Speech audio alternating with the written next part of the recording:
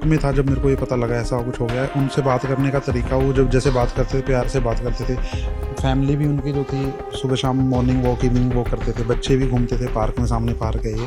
तो कभी बात करने से या उनके बिहेवियर से कभी ऐसा लगा नहीं कि इतने डिप्रेस्ड थे।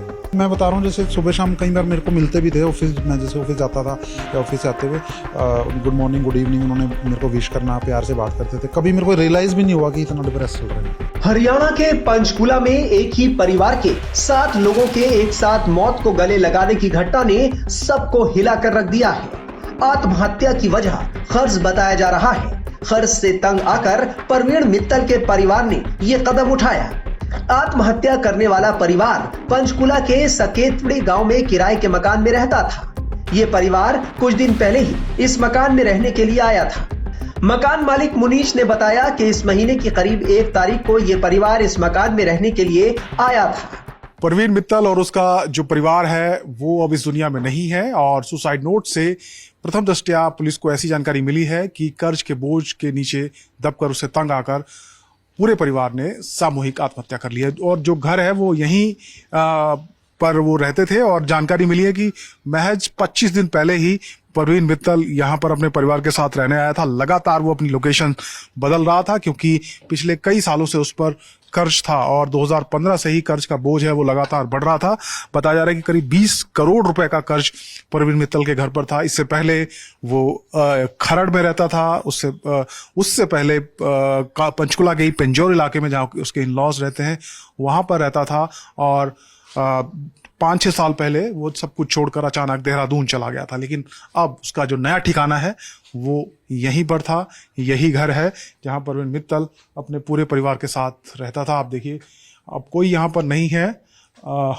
अंदर से लॉक है, आप देख सकते हैं। यहाँ पर बाहर जाली है लेकिन अंदर पूरी तरीके से लॉक लगा हुआ है। और आप देखिए, ये एक घर है, ये पंचकुला का एमडीसी के पास सकेतड़ी इलाका है। आप मकान मालिक हैं भाई साहब? क्या शुभ नाम आपका? मनीष भाई, ये बताइए कि जो प्रवीण है वो क्या यहीं रहते थे? हाँ जी यहीं रहते थे। कब से रह रहे हैं और क्या कोई बातचीत हुई?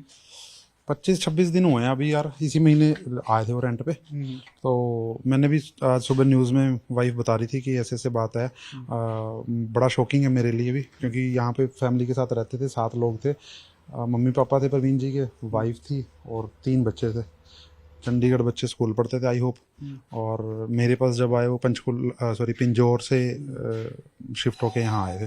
तो अब मैंने पूछा भी पिंजौर से आप यहाँ क्यों रहना चाहते हो? तो ही सेड कि मेरे बच्चे चंडीगढ़ पढ़ते हैं, वो मेरे को दूर पड़ता है, तो यहाँ से थोड़ा कन्वीनियंट हो जाएगा। तो दैट्स व्हाई। कितना किराया था और क्या पूरा पोर्शन उनके पास था? ये 2 कमरे थे उनके पास। अच्छा, ये सामने वाले 2 कमरे थे। ठीक, कितना किराया है? 8,000। तो लगा आपको कभी बातों से कि वो इतना डिप्रेस्ड है या कुछ तंग चल रहे हैं? नहीं, मैं जैसे आपको बताया, मैं बड़ा शौक में था जब मेरे को ये पता लगा ऐसा कुछ हो गया है। उनसे बात करने का तरीका, वो जब जैसे बात करते थे, प्यार से बात करते थे। फैमिली भी उनकी जो थी, सुबह शाम मॉर्निंग वॉक, इवनिंग वॉक करते थे। बच्चे भी घूमते थे पार्क में, सामने पार्क है ये। तो कभी बात करने से या उनके बिहेवियर से कभी ऐसा लगा नहीं कि इतने डिप्रेस्ड थे वो।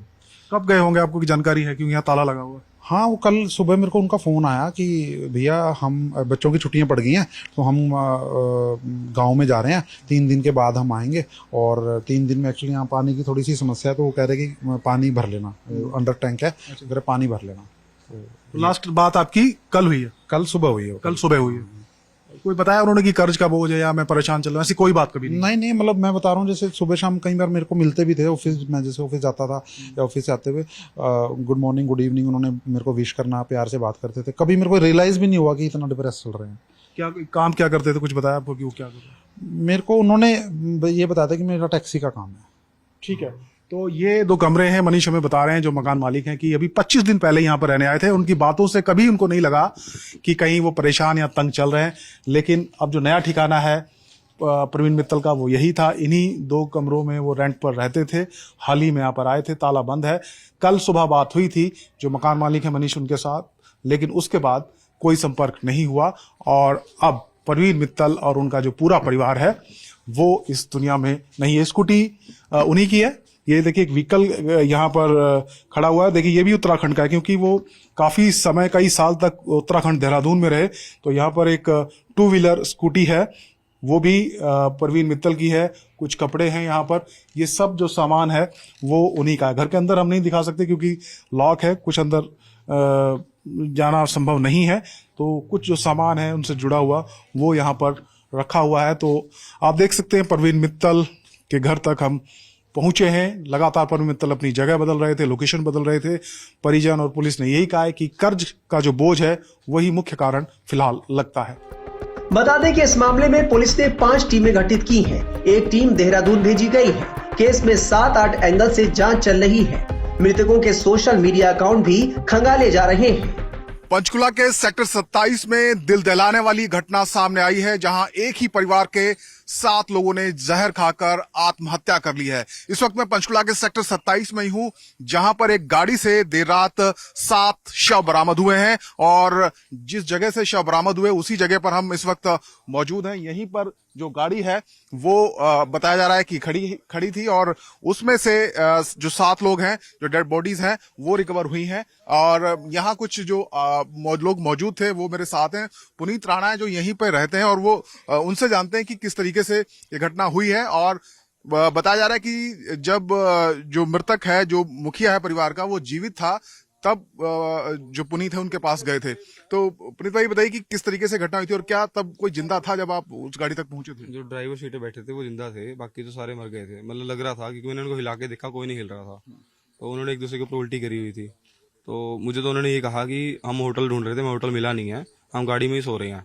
तो मैं जाने लगा, फिर मुझे शक हुआ। मैंने कहा, मैंने दोबारा दरवाजा खोल के लाइट जला के देखी, फोन की टॉर्च जला के देखी, तो उन्होंने वॉमिटिंग करी हुई थी। मैंने बच्चे को हिलाया, बच्चा हिला नहीं, जोर जोर के हिलाया, मैंने सिर भी हिलाया, नहीं हिला। मैंने पीछे वाले सीट पे देखा, सारे एक दूसरे के ऊपर गिरे हुए थे, सबने उल्टी करी हुई थी। मैंने कहा जी आप नीचे आ जाओ। मैंने उनको नीचे बुला लिया, चाबी उनसे ले ली मैंने, और वो गाड़ी से उतरते टाइम पानी पी रहे थे। तो पानी पीते पीते हमारे घर के आगे बैठ गए। तो हमने उनको और पानी पिलाया कि चलो कोई बात नहीं, ठीक हो जाओ आप। तो वो कह रहे मैं 5 मिनट मरने वाला हूँ कहते। हमने सबने जहर खा लिया, मैंने भी खा लिया कहते। तो आपने ये नहीं पूछा कि क्यों खाया, ऐसा कदम क्यों? कह रहे भी हमारा बैंक का कर्जा है बहुत ज्यादा कहते, भी हमने इस करके सुसाइड कर लिया। कह रहे हमारे रिलेटिव बहुत अमीर है कहते, और भी किसी ने हमारी मदद नहीं करी है, इसलिए मर रहे हैं सारे। तो क्या ये कहीं बाहर से आए थे, बताया जा रहा है कि देहरादून के थे, या यहीं कहीं रहते थे? क्या बताया उन्होंने? उत्तराखंड नंबर गाड़ी थी, बाकी ये नहीं पता कहाँ से थे कहाँ से नहीं।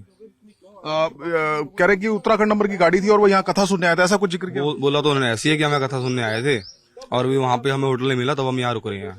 तो क्या लग रहा था, उन्होंने कुछ खाया था या कुछ किस तरीके से जहर कंज्यूम किया था, कहाँ किया था, कुछ बताया उन्होंने? नहीं, वो उन्होंने बताया कि हमने जहर खाया, बस उन्होंने यही बताया कि हमने खा लिया है। गाड़ी के शीशे तौलिए से कवर किए हुए थे? तौलिए से कवर कर रखे थे उन्होंने, तभी हमें शक हुआ है कि उन्होंने तौलिए से कवर क्यों करें, यहाँ गाड़ी हमारे घर के पास गाड़ी क्यों खड़ी है। मैंने तो नहीं कह दिया, मैं कहा से गाड़ी आप हटा लो, मार्केट में लगा लो। तो वो कहते कि ठीक है। फिर मेरे को जब शक हुआ, मैंने कहा रुक जाओ भैया 1 मिनट, मैंने को रोक लिया। तो रुकने के बाद मैंने चाबी मांग ली उनसे, मैंने कहा चाबी दे दो आप, कि मुझे भाग ना जाए कहीं। तो उन्होंने कहा कि मैं ही मरने वाला हूँ कहते हैं।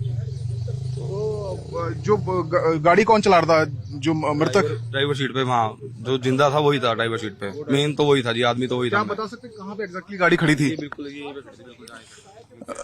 देखिए स्पॉट में दिखाता हूँ आपको, जहां पर गाड़ी खड़ी थी, ये बिल्कुल ये वही लोकेशन है जहां पर औरा गाड़ी तस्वीरों में हम देख रहे हैं, यहीं पर गाड़ी खड़ी हुई थी, पार्क की हुई थी। और यहाँ पर बताया जा रहा है कि जो गाड़ी थी उसके जो शीशे हैं वो टॉवल से कवर किए हुए थे ताकि कोई बाहर से देख ना सके। और जो आई विटनेस यहाँ है, जो लोग यहाँ पर मौजूद हैं, उन्होंने बताया कि उनमें से एक शख्स उस वक्त जीवित था और उसने बताया कि उन्होंने जहर खा लिया है क्योंकि कर्ज बहुत ज्यादा उनके ऊपर था और कोई मदद के लिए सामने नहीं आया। फिलहाल सभी के जो शव हैं वो मोर्चरी में रखवा दिए गए हैं और पूरे मामले की तहकीकात की जा रही है।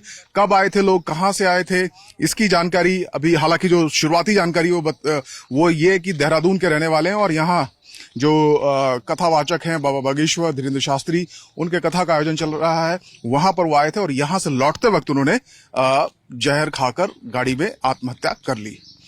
लगातार बढ़ते जा रहे कर्ज और बैंक के एक्शन के बाद से परवीन ने पंचकुला छोड़ दिया था और 6 साल पहले देहरादून पहुंच गए थे, लेकिन देहरादून में भी वो अपने कर्ज को उतारने का कोई रास्ता नहीं खोज पाए। इसके बाद वो कुछ समय पहले ही पंचकुला वापस लौट आए थे, जहां से उन्होंने अपने करियर की शुरुआत की थी।